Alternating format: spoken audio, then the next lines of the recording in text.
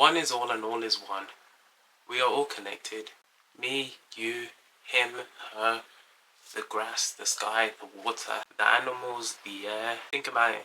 We eat plants which come from the ground, come from the grass, and they become part of us, and they fuel us.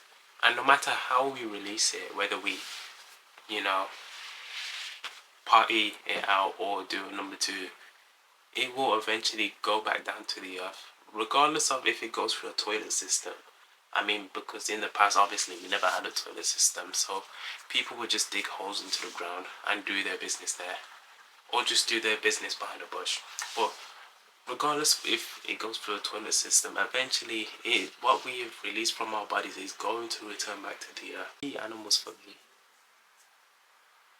But when we die, we're going to be buried, and the nutrients and minerals that come from our rotting corpse will become part of the ground once again, and they will fuel and nourish the grass that grows from us, which will eventually feed the herbivores that come along to eat that said grass, or the insects that come to feed on that said grass. Just for the carnivores to come and feed on that herbivore, the grass that uses our dead bodies to grow will photosynthesize, eventually getting their energy from the sun. In that way they're connected to the sun, but also they'll get their nourishment from water, which produces oxygen through the process of photosynthesis, which helps humans and other animals to breathe and live. But then again, they will either be eaten by herbivores or us, depending on the human diet.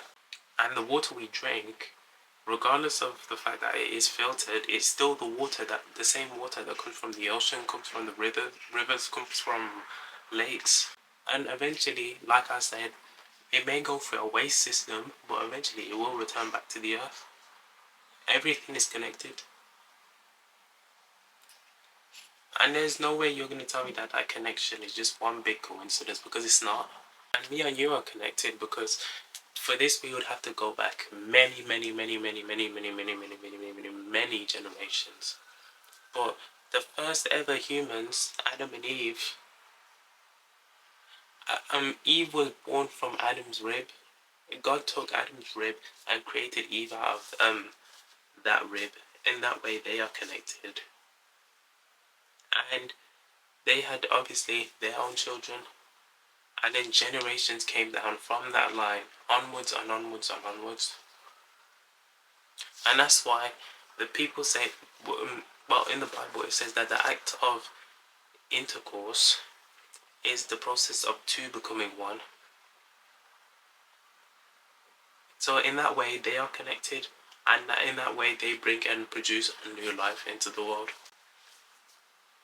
Now these things are not coincidental, it can't be.